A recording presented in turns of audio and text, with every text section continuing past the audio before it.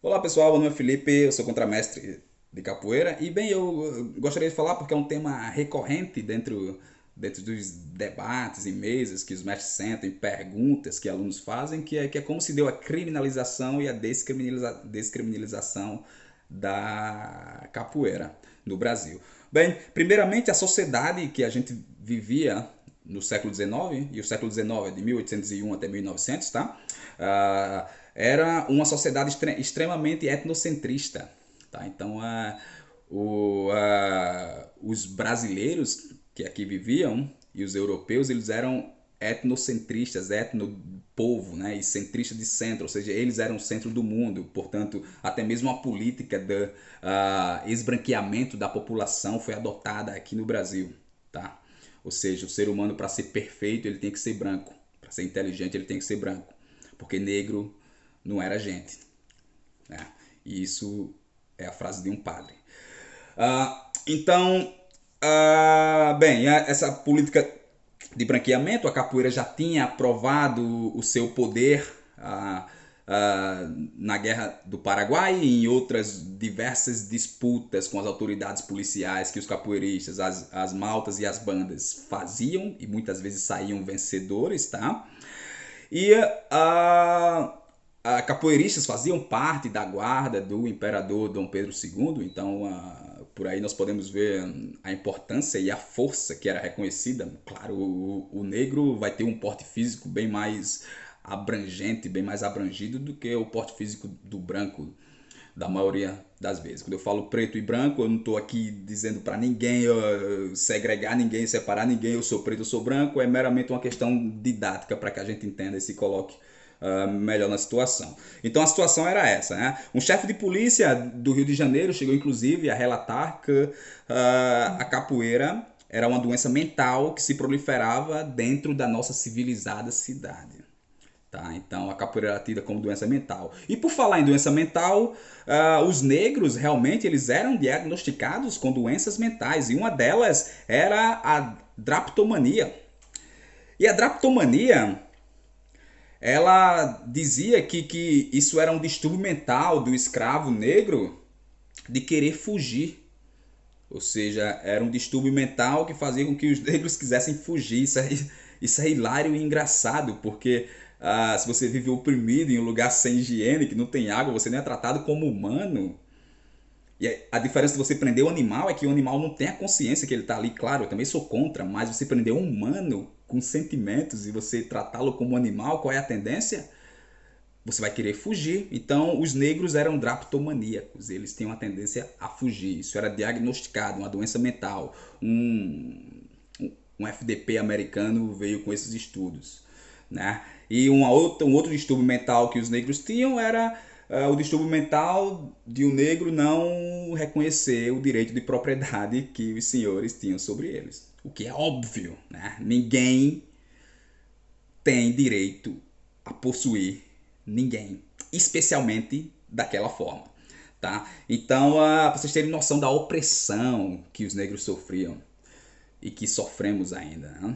Porque hoje em dia, para ter as qualidades de negro, você não precisa ter a pele negra. Você é pobre e você vai sentir o que os negros sentiam naqueles anos. Tá? Então, tínhamos isso. Mas a questão foi que então a capoeira ela foi incluída no Código Penal republicano, tá? Uma república, só rápido, uma república se diferencia de uma monarquia quando a república divide os três poderes, o poder executivo, legislativo e judiciário também, tá? E numa monarquia o rei toma as decisões para tudo, se não for uma monarquia constitucional, porque aí vai ter os direitos cada um, mas geralmente o rei, o monarca, o ditador, o Kaiser, o Czar, whatever, eles têm o direito total de legislar.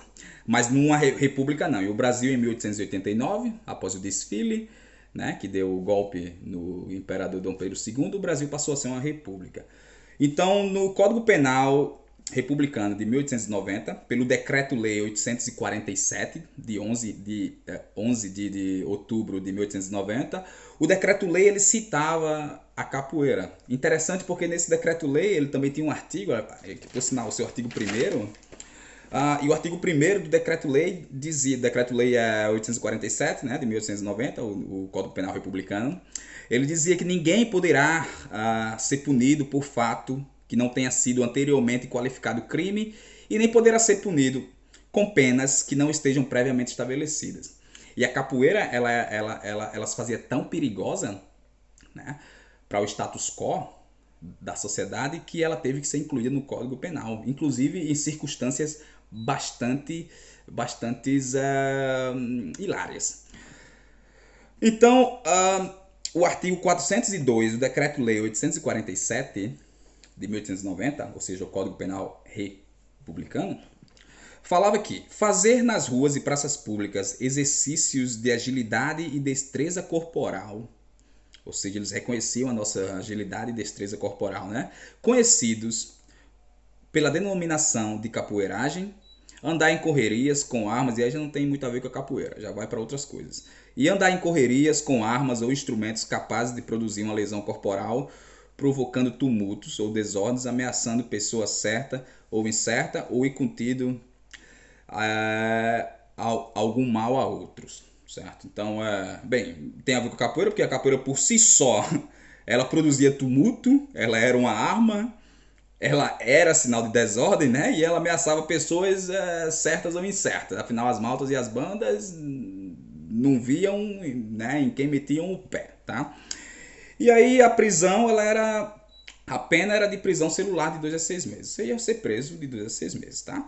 E aí tem um parágrafo único, né, que fala: é considerado circunstância agravante o capoeira pertencer a uma banda ou malta, e aos chefes ou cabeças se imporá a pena em dobro. Tá? Então, se você fosse um chefe, fosse um mestre de capoeira naquela época, você teria a sua pena em dobro. Se você fizesse parte de uma desses grupos vândalos. Vândalos, por favor, não no sentido pejorativo, mas vândalos no sentido de alguém que não concorda com o status quo e faz o vandalismo. O vandalismo é uma forma específica de comportamento, e não no sentido pejorativo. Tá? Então teve isso. E aí tem em questão de reincidência, ou seja, tu é um capoeirista e você foi preso por 2 a 6 meses e você voltou a fazer capoeira, que é o que eu faria, eu seria preso diversas vezes. Se eu vivesse na Revolução Francesa, a minha cabeça seria cortada. Se eu vivesse na Idade Média, eu ia ser queimado na fogueira, porque não dá para baixar a cabeça para um sistema opressor. Então, em caso de reincidência, de você voltar a fazer capoeira, o artigo 400 seria aplicado. E o artigo 400 fala que se o termo for quebrado, o que importará em reincidência. Reincidência é acontecer de novo, é ser preso de novo. O infrator será recolhido de 1 ano a 3 anos em colônias penais que se fundam em ilhas marítimas, né? Eles eram exilados para Fernando de Noronha, ou nas fronteiras do território nacional, Acre, Rondônia, né? Podendo, para esse fim, ser aproveitados presídios militares. Também poderiam ser presos em presídios militares. Imagina o inferno que seria ser um capoeirista dentro de um presídio militar. Eu ia perder a vida, mas eu levava pelo menos uns 5. Mas, então é isso. Então essa foi a criminalização da capoeira, entendeu? Através do artigo 847, tá? Ela foi específico sobre a capoeira. E a descriminalização, descriminalização. Eu tava falando errado o vídeo todo. E a descriminalização, ela se deu de uma forma bem mais interessante, porque não houve documento que escreveu a capoeira a partir de agora ela está livre, tá? O que aconteceu foi a capoeira foi ganhando sua fama e tendo seu papel social dentro da sociedade, com o mestre Pastinha e com o mestre Bimba, e os governantes começaram a ver que a capoeira realmente não era aquele perigo que ela foi no século XIX. Ela passou a não ser, até por mudanças estruturais dentro da sociedade. O mestre Bimba faz uma apresentação na década de 30, a Juraci Magalhães, que era governador da Bahia, né? E ele se encanta com a capoeira e passa a ver também que aquilo pode ser usado de forma benéfica dentro da sociedade brasileira, né? E acontece que a descriminalização ela acontece em 1940, que um novo Código Penal é escrito por Getúlio Vargas, né, o nosso presidente ditador. Né?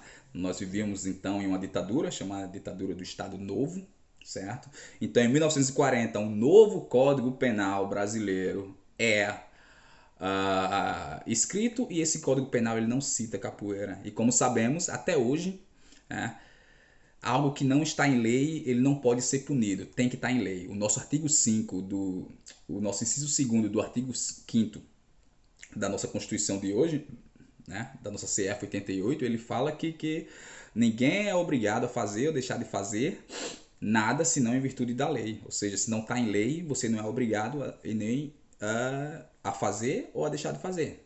Tem que estar em lei, tá? Ok, tem lá as maleabilidades, que eles usam um mecanismo chamado de jurisprudência para casos que não estão em lei, mas enfim. Então é isso. Então em 1940 a capoeira ela não foi inclusa no Código Penal e isso levou à descriminalização da capoeira, tá? Então foi basicamente isso. A criminalização ela foi imposta e escrita juridicamente, e a descriminalização ela não foi imposta, ela simplesmente não foi citada e, portanto, estava livre, não era mais considerada crime. Tá? Então, é isso aí. Tchau.